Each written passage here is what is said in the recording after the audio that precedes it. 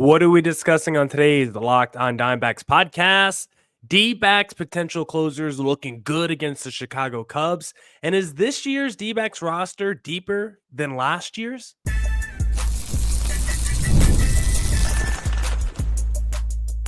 You are Locked on Diamondbacks, your daily Arizona Diamondbacks podcast, part of the Locked on Podcast Network, your team every day.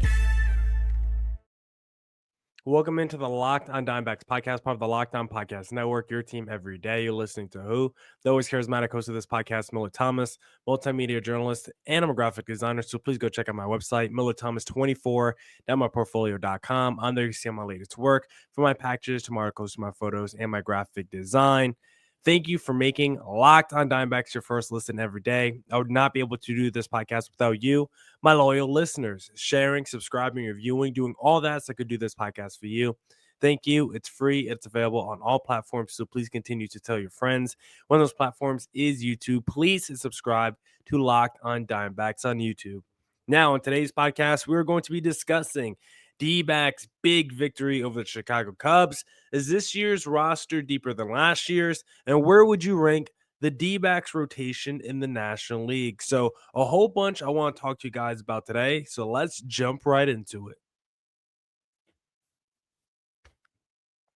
Here on the Locked on Diamondbacks podcast, and now let's talk about the Dbacks versus Chicago Cubs. They had a big victory. They took down the Cubs 10-2, and we got to see ourselves another Corbin Burnes start, who it feels like he's pitching almost every other day, right?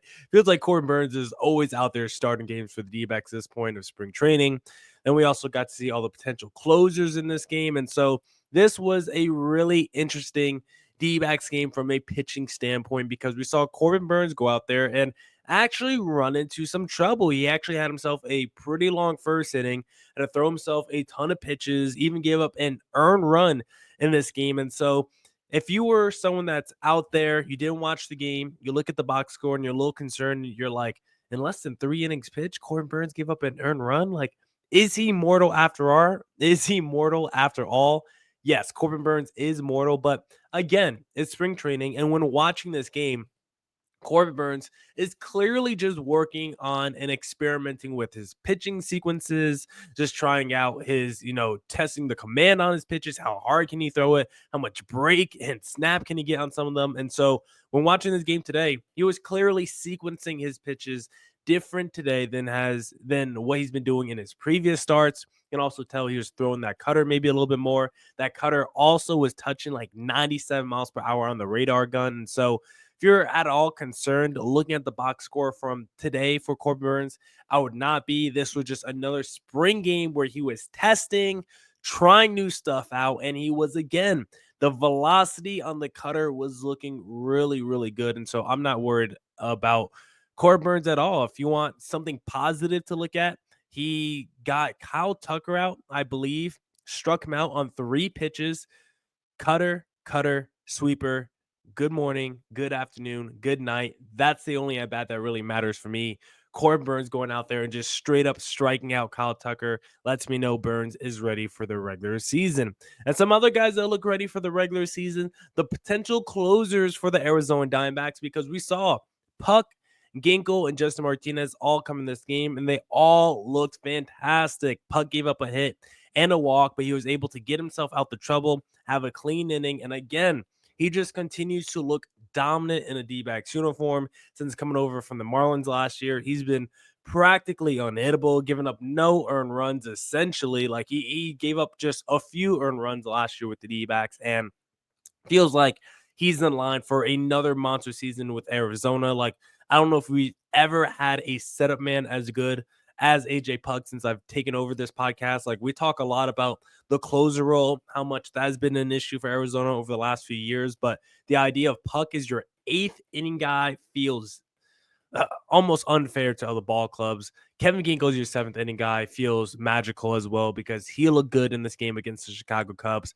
We know Ginkel used to be the guy that we talked about as the potential closer of the future for the D-backs back in 2019 when he came on the scene and had a 1.48 and 24 innings pitched his rookie season.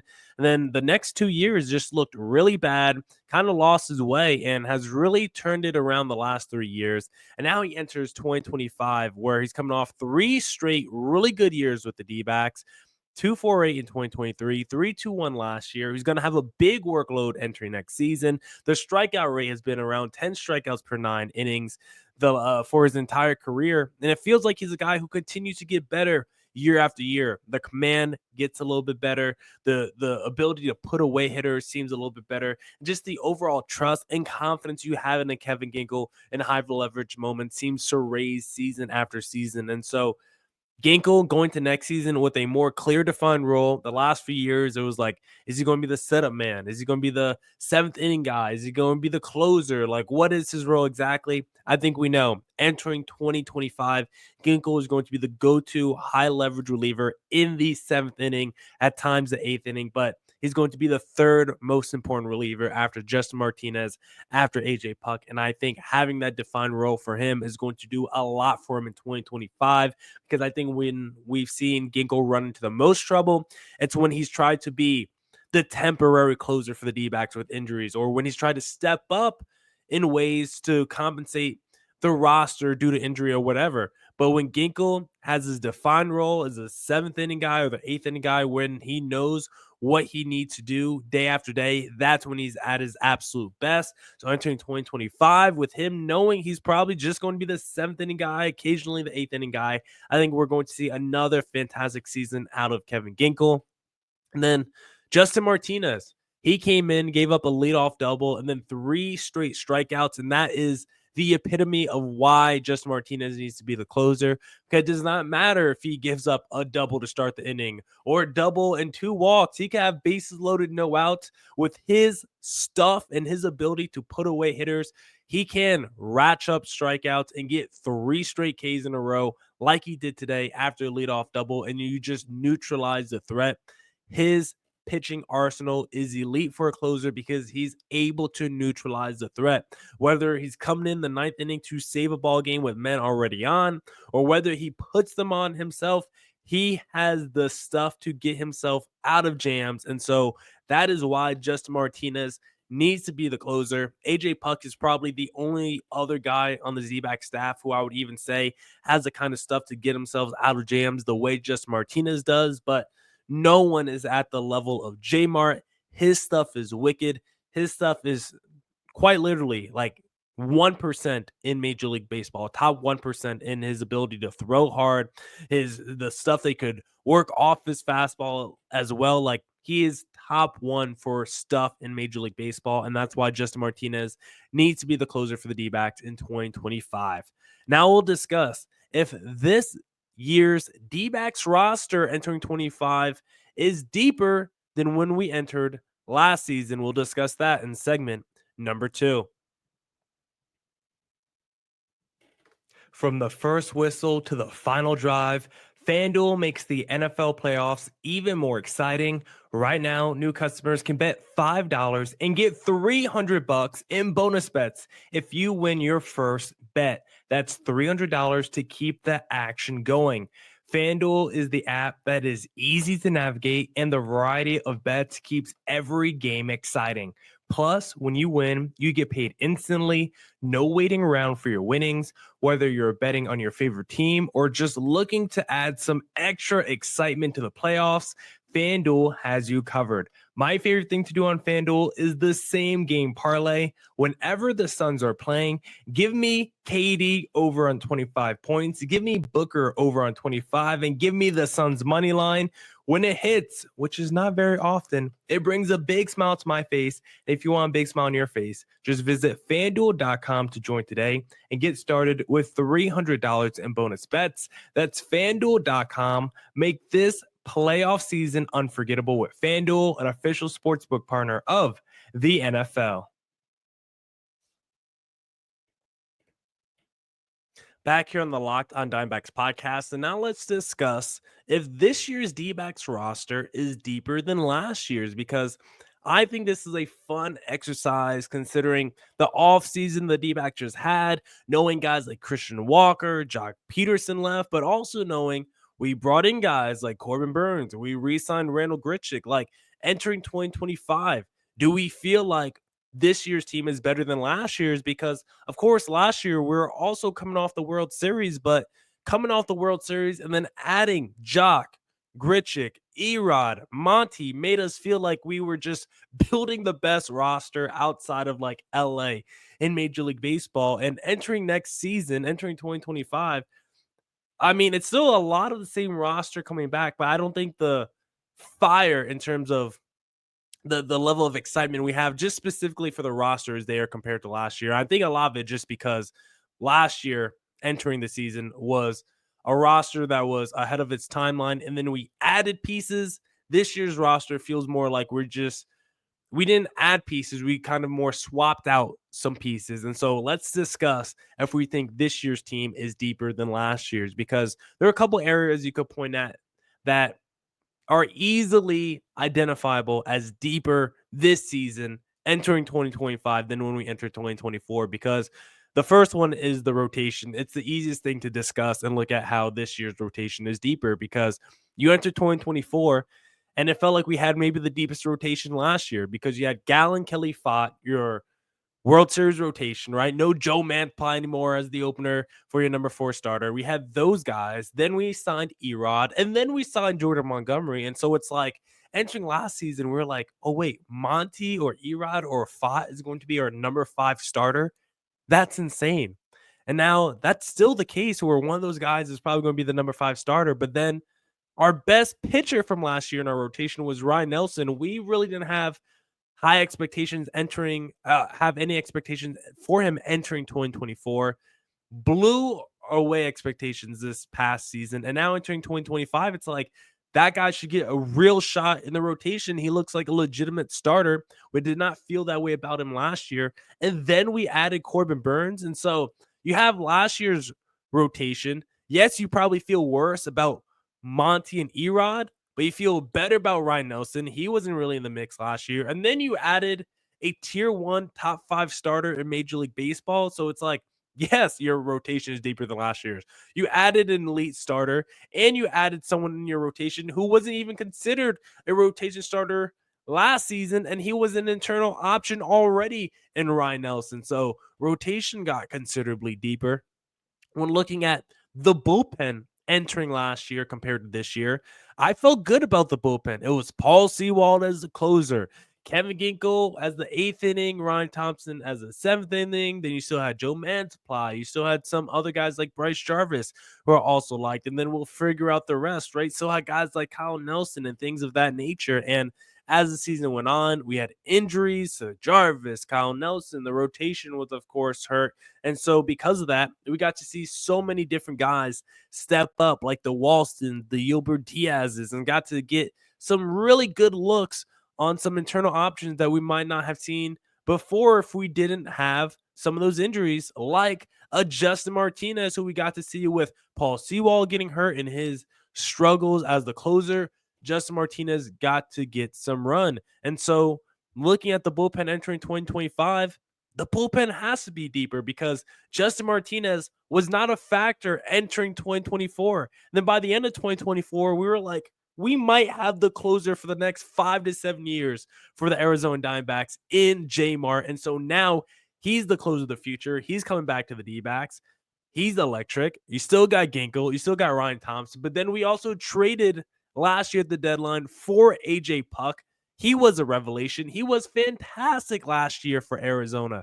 Coming over 1.32 ERA, 27 innings pitch. He was not there last year. We've never had an 8th inning guy. AJ Puck, 6'7", that could throw 97, 98. Elite put away stuff. Like J-Mart as our elite, high velocity, high leverage closer with a AJ Puck as the same kind of pitcher in terms of the profile, just throws slightly not as hard, and not as hard means still 98, 99. Like as your 9th and 8th inning guy, we did not have that last year. It was Sewald, Ginkel, and Thompson, and now it's Martinez, Puck, and then it goes Ginkel and Ryan Thompson. So much stronger. the bullpen this year. And you still got guys like Kendall Graveman that you added. And like I said, because of the injuries last year, seeing guys like Gilbert Diaz and Blake Walston and Christian Mena, like they at least got to have an opportunity on the major league level, got to get their feet wet, and now they have way more confidence if we called them up again to, if there was an injury or whatever. At least it's not like they're just getting thrown right in the fire. They were in the mix last season for a team that was desperately trying to make it to the postseason, right? And at the time when a lot of those injuries happened, it was around the midpoint of the year when the D-backs were like at rock bottom, climbing up, ascending toward what it looked like a playoff push. And so to have the Diazes and the Walstons thrown into that mix last season when the D-backs felt like they needed every single victory, they should be more than primed entering 2025. And so the rotation undoubtedly deeper with the addition of Burnes' free agency and then Ryan Nelson's breakout season last year. And then the same with the bullpen, acquiring AJ Pug midseason last year and a breakout season by Justin Martinez. And then some more fringe additions around the margins like Kendall Graveman. Bullpen rotation so much deeper. And so the real question is the lineup, because of course, losing Christian Walker, losing Jock Peterson, it's hard to say that the D-backs lineup is going to be better or deeper than last year's. And at this point, I don't know if I could say it's deeper, but I think it's at least comparable. Losing Christian Walker hurts, but bringing in a 27-year-old Josh Naylor coming off an all-star season, I feel like I'm going to get at least comparable offensive production. Even if I can't replace that elite defensive ceiling that Christian Walker has, I think at least from an offensive profile, Josh Naylor is going to give me something close. I don't think Pavin Smith is going to give me what Jock Peterson gave me. But again, if Pavin Smith can take the sample size he had last year in 2024 and expand it over 120 games, then theoretically, that is pretty close to what Jock Peterson gave us. I just don't know if I actually believe it. And then Randall Grichuk came back, of course. And then I think the real big area that we have to look at in terms of the depth for the D-backs entering 2025 that might be deeper than last year's. It's the same point that I just made with like the Martinezes of the world. A guy like Adrian Del Castillo came on the scene last year at the end of the year and really came on fire. Like that could be a dude who could turn into a legit DH and backup catcher for the D-backs this upcoming season, right? There's still a guy like Jordan Lawler waiting in the wings that could come in and maybe make an impact for the D-backs for the team this season. And so, yes, I might feel slightly less optimistic about this D-backs lineup right now as opposed to last year, considering I know last year's was the best in baseball. I probably don't feel like this lineup right now on paper is as talented as last year's and probably won't lead the league in runs again. But again, I still think this lineup is super talented, and I still think this will be one of the 5 best offenses in the NFL. One of the 5 best offenses in the National League in 2025. I think Carroll, with what we've seen this spring training, monster power season incoming in 2025. Eugenio, the second half Eugenio, seems to continue chugging along this spring training and hopefully it continues into the regular season. And so I still believe in this lineup a lot. Yes, losing guys like Christian Walker hurts, but bringing back Randall Grichuk, bringing back Josh Naylor, I probably feel like last year's lineup is deeper, but I still think this year's lineup is at least comparable. So overall, this year's D-backs team is better and deeper than last year's Arizona squad. Now we'll discuss where does the D-backs rotation rank in the National League entering 2025 in segment number 3. Looking for a snack that's both delicious and nutritious? Crack into a good source of protein with Wonderful Pistachios. Wonderful Pistachios is one of the highest protein nuts. Each 1 ounce serving has 6 grams of protein, giving you over 10% of your daily value. Plus, they're packed with fiber and better for you unsaturated fats to help keep you feeling fuller longer. My favorite Wonderful Pistachios I actually have right here. Sorry to the audio listeners only. You're going to have to go to YouTube for this one because right next to me, I got 3 of my favorite flavors here. And this is what is great about Wonderful Pistachios. Unsalted right here, no shell. Chili roasted, no shell. And then this one is roasted and salted with the shell. The great thing about Wonderful Pistachios is the variety. You could get salted, unsalted, with shell, no shell, get a little kick to it if you wanted to. No matter what flavor you want, they have a variety and a profile that fits just for you. So please go get yourself some Wonderful Pistachios, get snacking and get cracking with the snack that packs a protein punch. Visit wonderfulpistachios.com to learn more. All right, back here on the Locked on Diamondbacks podcast, and let's discuss where we think the D-backs rotation will rank in the National League in 2025, because of course we've discussed how places like Fangraphs, Dan Zimbrowski believes the D-backs are going to have the best ERA plus in terms of the pitching staff from the rotation to the bullpen in all of baseball next year. Yes, D-backs projected number one in ERA plus from the rotation to the bullpen in all baseball next season. But I want to discuss just the rotation and where we think the D-backs can land in the National League, because just going off the projected Fangraphs WAR, they think the D-backs are going to be 8th in all of baseball and 4th in the National League. They have the Dodgers number 1, Phillies number 2, Braves number 3 among just NL teams. And I will say, I will gladly take if the D-backs finish with the 4th best rotation in terms of WAR in the National League next season, the 4th best in ERA, 4th best in strikeout rate, 4th best in all the numbers and stats, I will be happy. If the D-backs have a top 4 rotation next season, the D-backs will probably win 90-plus games, because the D-backs won 89 games last year, and granted, they had the best offense, but their pitching was horrible. And so even if they don't have the best offense going to next season, which I don't think they're going to have, they're still probably going to have a top 5, top 6, 7 offense in like all of Major League Baseball, probably a top 5 offense in the National League at the very least. And so if you get a top 4 rotation to go with it in the NL, with a top 5 offense as well in the NL, like that's going to be a 90-win D-back squad. It could have been a 97-win D-back squad last year. Like, imagine if the D-backs had a top 5 NL rotation last year with the offense that they produced. They probably would have won 94, 95 games. And so a good D-backs rotation in 2025 will do so much for their win-loss record, and I think will easily propel them into the postseason. But as it currently stands, do we think they will have a top 5 NL rotation? Because, of course, Fangraphs is saying the D-backs are going to finish 4th. I don't disagree. Behind the D-backs, the number 5 NL potential rotation is the Pirates, who, yes, I love Paul Skeens. He's going to be a beast. I love Jared Jones, but it's like, Mitch Keller is fine. He's a major leaguer. He can be good or bad some years. Same with Andrew Heaney. Reds, number 6 rotation. Hunter Green, I like. Andrew Abbott was good last year. Nick Martinez, Nick Lodolo. But again, when I look at those rotations, I don't look at them and see like World Series contending rotations. Like if you put those rotations with an elite offense, do I think it's good enough to win a World Series?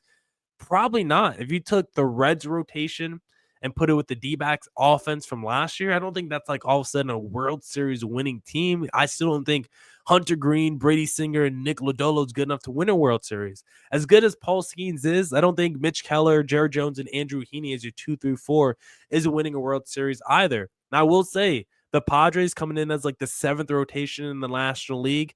They still have Cease, Michael King, Yu Darvish, and Nick Pivetta entering next season. I do like the Padres rotation a lot. But as it currently stands, I think the D-backs floor for National League rotations is number 4. Like at the worst, I think they could be next season, assuming health, right? This is assuming every rotation is at its optimal health, pitching at the best version they could be. I think at worst, if everyone's at their best, D-backs are the 4th best rotation or the 4th worst. No, at worst, the D-backs are the 4th best rotation behind the Dodgers, the Phillies, and the Braves. I think at the best, the D-backs could be as high as number 2. I will always say the Dodgers are going to be the best rotation in baseball next season. Even if Fangraphs thinks the D-backs are going to be better, I mean, the Dodgers have 6 guys that you could legitimately say can win a Cy Young. Blake Snell, we've seen win multiple Cy Youngs in multiple leagues. Yamamoto, you don't pay a guy $300 million that can't win a Cy Young. Tyler Glasnow, people think if you guaranteed someone Tyler Glasnow 32 starts, they would probably tell you he's going to win a Cy Young. Roki Sasaki, people might tell you he's the most talented guy in the Dodgers rotation, and we've yet to see him.